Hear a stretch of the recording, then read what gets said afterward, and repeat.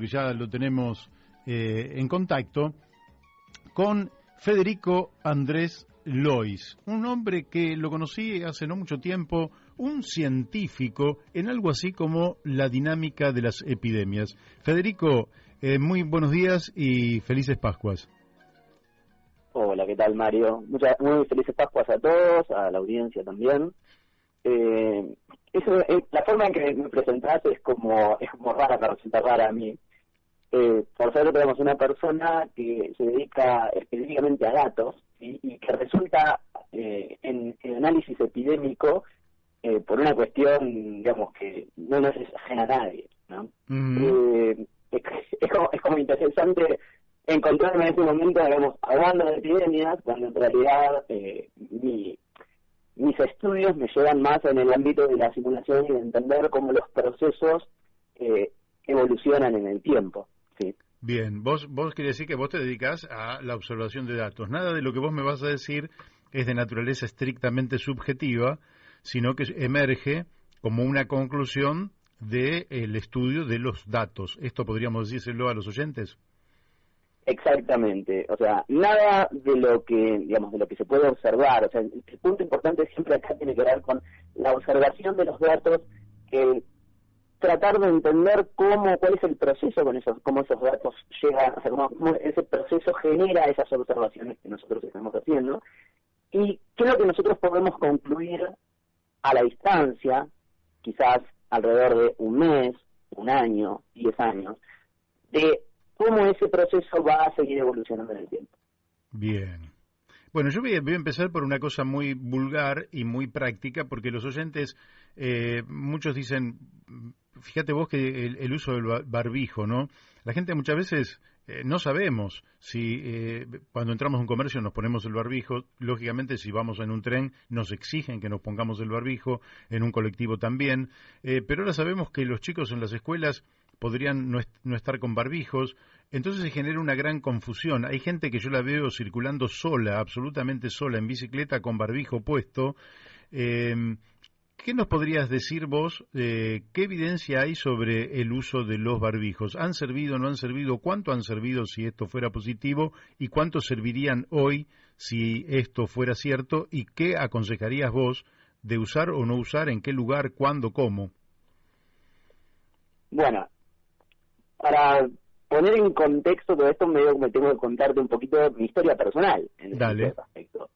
Yo empecé a estudiar el COVID específicamente con los primeros datos que salían en China allá por enero del 2020, 15 de enero, 20 de enero. De hecho, mi primera estimación de cuál iba a ser la letalidad general del virus ahí fue alrededor del 30 de enero de 2020. Cuando aquí en Argentina ni siquiera sabía de lo que se estaba hablando. Sí, uno escuchaba en la televisión el virus en China, en Wuhan, que cerraban una ciudad entera y demás, pero digamos no había mucha información. Imagínense que para marzo del 2020 yo era convencido de que las máscaras funcionaban. De hecho, discutía con una prima mía que es biotecnóloga, y ella me decía, no, generan un efecto de como que vos pensás que estás, o sea, que estás siendo, digamos, protegido, y en realidad tomás acciones de mayor riesgo. Digamos, teníamos una discusión al respecto. Uh-huh. Pero como yo venía trabajando en el área de entender cómo ese proceso epidémico se iba a desenvolver en el tiempo, alrededor de octubre del 2020, yo, digamos, hacía mis observaciones. ¿Cuál es mi observación? Yo observaba Europa, observaba las dinámicas epidémicas de Europa, predecíamos con muy buen tino qué es lo que estaba sucediendo en Europa, qué es lo que iba a suceder en Europa. Y por el otro lado, salía a la puerta de mi casa y veía a todos con barbijos, pero volvía a mi computadora, miraba, hacía las observaciones correspondientes, analizaba los resultados de los modelos epidémicos, y es como si no hubiera pasado nada. Como si la utilización que nosotros hacíamos del barbijo afuera de la casa no tenía ningún impacto, o por lo menos ningún impacto medible y sustentable con lo que yo veía, digamos, en las observaciones epidémicas. Ajá. Entonces, bueno, como todo científico, cuando las observaciones y el modelo, no sé, o sea, y como el modelo, digamos, como eso tendría que suceder en el tiempo, no sucede, uno empieza a hacerse preguntas. Claro. Entonces, la primera pregunta, bueno, ¿cuál es la evidencia que hay en la utilización de barbijos en el contexto de enfermedades infecciosas? Uh-huh. ¿Sí? Y entonces, acá hay que hacer una diferencia súper importante que tienen que ver con si las enfermedades son infecciosas, respiratorias o no. Ajá. ¿Por qué? Porque el COVID es respiratorio, o sea, es de transmisión, lo que se llama por aerosol. ¿Qué significa para la audiencia transmisión por aerosol? Cuando uno habla, cuando uno respira, genera en un minuto, en una respiración normal, sin hablar, sin hacer nada, alrededor de 1.5 millones de partículas que se dispersan en el ambiente. Amigo, con solo respirar 1,5 millones de partículas que se dispersan en el ambiente. Por minuto. Increíble, nunca hubiera acertado. Claro, si son números tan grandes que uno no tiene noción del nivel de lo que estamos hablando. Imagínense una siguiente situación. Nosotros tenemos un barbijo que asumimos que bloquea el 99% de esas partículas, lo cual es un excelente dispositivo. Claro. Así todo por minuto, sin hablar, son 15.000 partículas por minuto que entran en un ambiente. Uh-huh. Entonces, la pregunta que surge inmediatamente es, bueno, si esas partículas se están perdiendo, aunque sean un 1%, ¿cuánto es la cantidad de virus que uno necesita para poder infectarse? Claro, sí, porque bajaría la carga virósica. Claro, pero cuando uno va a la literatura y encuentra, por ejemplo, que en el caso de la influenza, ¿sí? Uh-huh. Que no es la gripe común, es la influenza, uno se acuerda cuando tuvo influenza, son menos de 600 millones. ¿Qué quiere decir esto? Quiere decir que una partícula puede llegar de 10, 100 billones, tranquilamente, y con que yo respire 6, ya, digamos, tengo exposición suficiente como para haberme contagiado de influenza. Ajá. Los números, como ves, o sea, incluso utilizando un barbijo que filtrara el 99% de esas partículas, así todo no haríamos nada. Entonces uno empieza, o sea, yo empecé a dudar. ¿Por qué? Porque por un lado yo analizo la evidencia, y la evidencia no es concluyente, no es algo que uno pueda decir, sí, funciona. Uh-huh. De hecho, hay estudios súper interesantes que han aparecido, digamos, esto no es algo que se empezó a estudiar ahora. Yo tengo he estudiado, digamos, literatura que empieza en el 1950. Ajá. O sea, es algo que nos venimos preguntando desde hace casi 70 años. Y hay evidencia que se va generando previa a la pandemia. Entonces, cuando uno entra en la pandemia, empieza a analizar la evidencia que ya está. Cuando uno estudia la evidencia que ya está, a través de la forma científica de realizar esto, que es a través de medicina basada en la evidencia, uh-huh. En el fondo, digamos, toda esa literatura lo único que está mostrando es que no podemos tener a ciencia cierta una respuesta de si sí o si no. Ahora, si yo tuviera aquí un médico cirujano, por ejemplo, él diría, Sí. Un momento, yo no voy a entrar a una sala de operaciones sin mi correspondiente barbijo. Y ese barbijo Uh-huh. es el que protege, por ejemplo, a la persona que voy a operar o cosa por el estilo. Y todos los que entran a la sala de cirugía entran con barbijo. Eso uno no tendría que suponer, el neófito, como en mi caso, que alguna prueba suficiente hay como para que se mantenga esa costumbre a lo largo del tiempo. Bueno, te cuento porque hiciste una pregunta que es central, ¿no? Porque esto se utiliza en los hospitales, entonces uno dice, bueno, puede llevarse a la población y funcionar igual.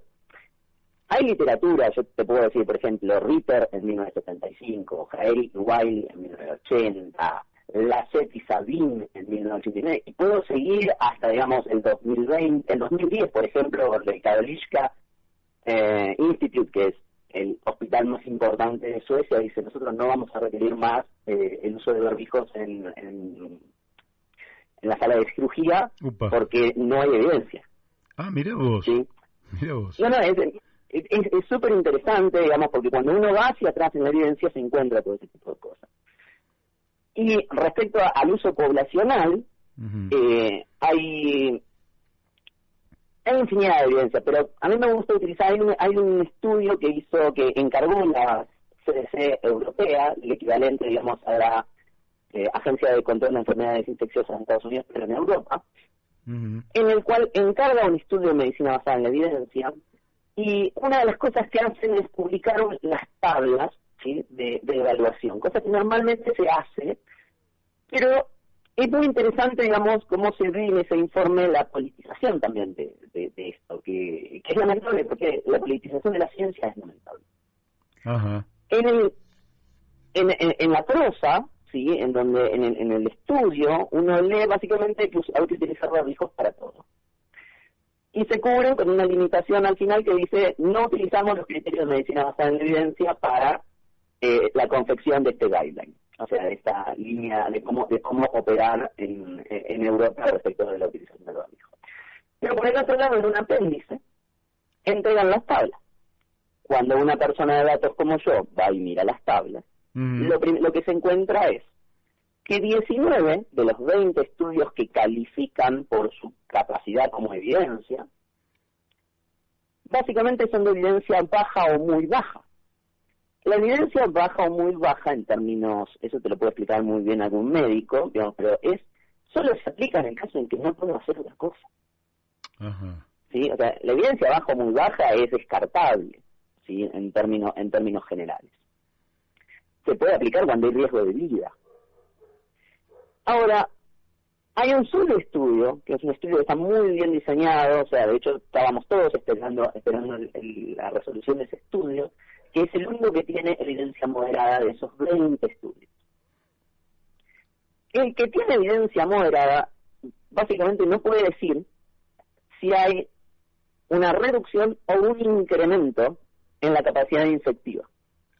Eso ya es más grave. Quiere decir que no puede definir si es favorable o incluso desfavorable.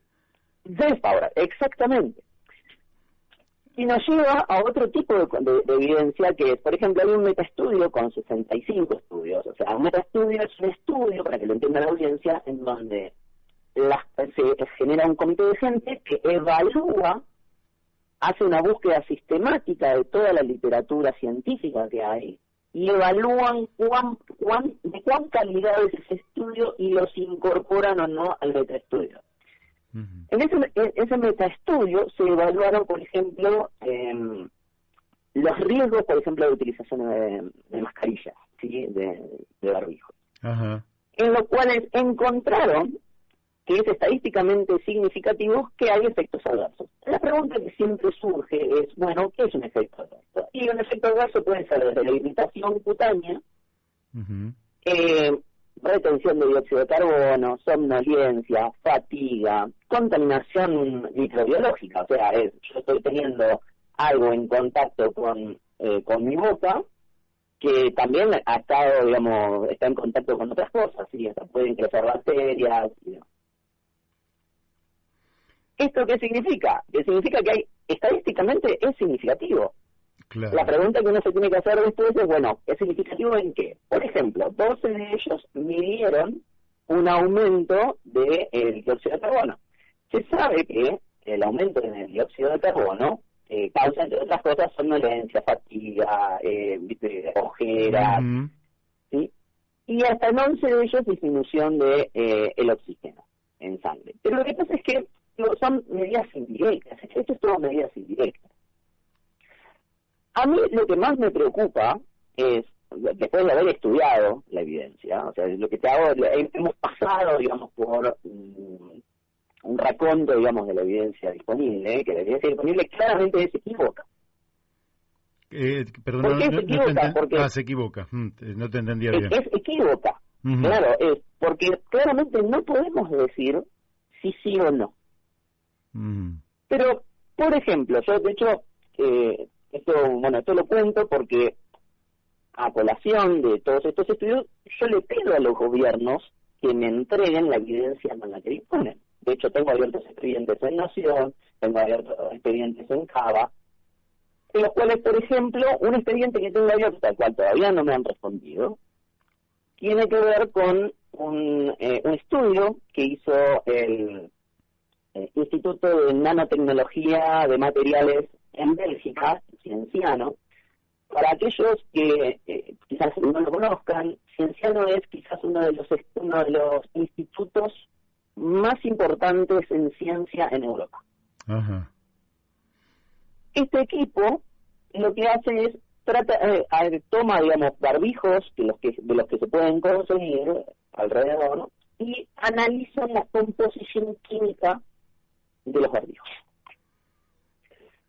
En este proceso ellos encuentran algo que se llama dióxido de titanio. Ajá. El dióxido de titanio es algo con lo que estamos muy acostumbrados, o sea, existe en un montón de productos, desde plásticos, pinturas, pigmentos. Así Eso es. se ha usado en pastas de dientes y demás.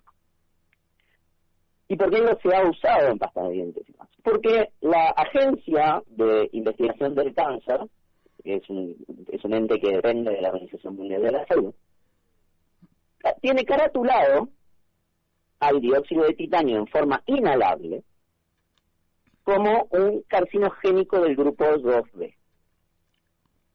¿Esto qué significa, digamos, para la persona normal? Significa que está probado que es un carcinogénico en modelo animal. Cuando nosotros exponemos a animales en estudios controlados a este químico, hay una alta chance de generar cáncer. No así. Y eso lo habrían encontrado en algunos barbijos. No, en todos. ¿Y que una tela, cualquier tela tiene eso también? ¿Tiene dióxido de titanio? titanio? Claro, porque hay pigmentos, porque se utilizan en la manufactura. Ajá. Entonces hay pigmentos y demás. Y lo preocupante, o sea, y lo que levanta este estudio es el pedido a las agencias de que regulen la construcción, digamos, de los barbijos en sí mismos. O sea, su objetivo es, y llaman a las agencias a regularlo. ¿Por qué? Porque cuando normalmente ya el IARC dice que el máximo tolerable son 3.6 microgramos inhalables, ellos se encuentran en el que menos tenía 17 microgramos y en el que más 1.140. Amigo. Claro, casi yo te diría que para el sentido común de mío y seguramente de quienes nos están escuchando, no nos ponemos más un barbijo, te aclaro. A ver, de nuevo, y esto es en el sentido más estricto, el problema no es si te lo pones o no te lo pones, el problema es si te lo pones para qué. Y ahí entra, digamos, mi trabajo específico en dinámica epidémica. ¿Por qué? Porque si el objetivo es evitar el contagio, y la verdad es que la evidencia muestra de que no modifica nada. A mí me gusta hay un ejemplo muy interesante a nivel poblacional, que es el ejemplo de Bavaria en Alemania. En Bavaria, que es uno de los distritos de mayor poder adquisitivo alemán, el gobierno te entrega máscaras N95 y vos salías de tu casa y tenías que salir con tu máscara N95. Para aquellos que no lo saben, o sea, una N95 es el mejor nivel de calidad de máscara que uno puede conseguir, sin ir a una máscara, digamos, con presión negativa, que son las que se utilizan en los laboratorios de enfermedades infecciosas. Eso es lo único que nosotros podemos llegar a encontrar en uso poblacional. ¿Qué es lo que sucede? ¿Qué es lo que sucede con esto? Cuando uno mira la dinámica epidémica de Bavaria con el resto de Alemania, no ve diferencia. O sea, si yo les muestro la curva, si yo le mostrara a la audiencia la curva de los dos y les preguntara cuál utilizó máscaras, no me lo podrían saber decir. No lo puedo decir yo, me las muestran a mí y más allá de que, bueno, yo sé cómo se mueve cada una, o sea, si no lo supiera, yo no te puedo decir. Claro, es tremendo. Ahora, escúchame, el tiempo se nos ha ido, pero voy a robarle a la radio un minuto más porque en realidad ya me tengo que ir. Te quiero preguntar, ¿quiere decir que cuando yo, por ejemplo, viajo en un tren, yo viajo en la línea del Sarmiento, en un vagón puede haber hasta 200 y pico de personas, en un vagón, no en el tren, en un solo vagón puede haber 200 y pico de personas, todos llevamos lógicamente una mascarilla en general de una tela muy finita, que es la que se vende habitualmente en las calles, esa celeste, viste, que te lo colgás en las orejas. Quiere decir que todos con nuestros barbijos en ese ambiente no estaríamos logrando ningún efecto significativo. Yo te lo voy a responder con una pregunta. Mario, ¿podés vos explicarme cómo, utilizando barbijos en los trenes, adentro de los negocios, tuviste una ola de Omicron que infectó a todo el mundo en alrededor de 3 semanas y media? Claro. Quiere decir que te contagiaste con barbijo, sin barbijo, te contagiaste igual. Claro. La evidencia científica es la base para la cual se deberían tomar las decisiones. Lo que pasa es que en un momento se generó tal susto en la población que, bueno, todos anduvimos con barbijos. Y yo en general cuando voy a un lugar me pongo barbijo no solo por este concepto que vos me podés transmitir a mí, sino porque el otro puede sospechar de que yo no me estoy cubriendo. Pero este temor ha llevado a los extremos que yo te comentaba al principio, de ver gente que anda en bicicleta en soledad total y anda con el barbijo puesto. Quiere decir que la evidencia no me está mostrando esto. Decime la última palabrita para que cierres vos. La evidencia internacional arroja, en definitiva, que la medida del barbijo no tuvo impacto, o hay alguna nación que pueda demostrar lo contrario. Hasta hace 3 semanas, 4 semanas, los grandes ejemplares de la utilización del barbijo y la detención del virus a través de la utilización de barbijos han sido Singapur, Hong Kong, China mismo. En realidad, nosotros desde nuestro trabajo particular se desprenden otras hipótesis que explican mucho mejor de la utilización del barbijo este fenómeno. De hecho, una de las predicciones que nosotros hacíamos allá hace 1 año y medio atrás era que en el momento que apareciera un virus que tuviera evasión inmunitaria, como la tiene Omicron no le importa si vos ya tuviste el anterior, te infecta igual. Entonces, eso se llama evasión inmunitaria. Nuestra predicción era, en el momento que haya evasión inmunitaria, esos lugares que fueron efectivos para frenar o contener el virus utilizando barbijos, o que se le atribuyó el uso del barbijo a esa capacidad, no iban a tener la misma suerte. Y de hecho fue lo que sucedió. Y ahí nos tenemos que quedar porque tengo que entregar el estudio. Ya se nos hicieron prácticamente las 2 de la tarde. Federico, te agradezco una barbaridad la amabilidad que has tenido. Hablas con muchísima claridad, con fundamento, y seguramente vamos a volver a charlar porque lo que vos das es una información de gran interés público. Pero el tiempo se me ha ido.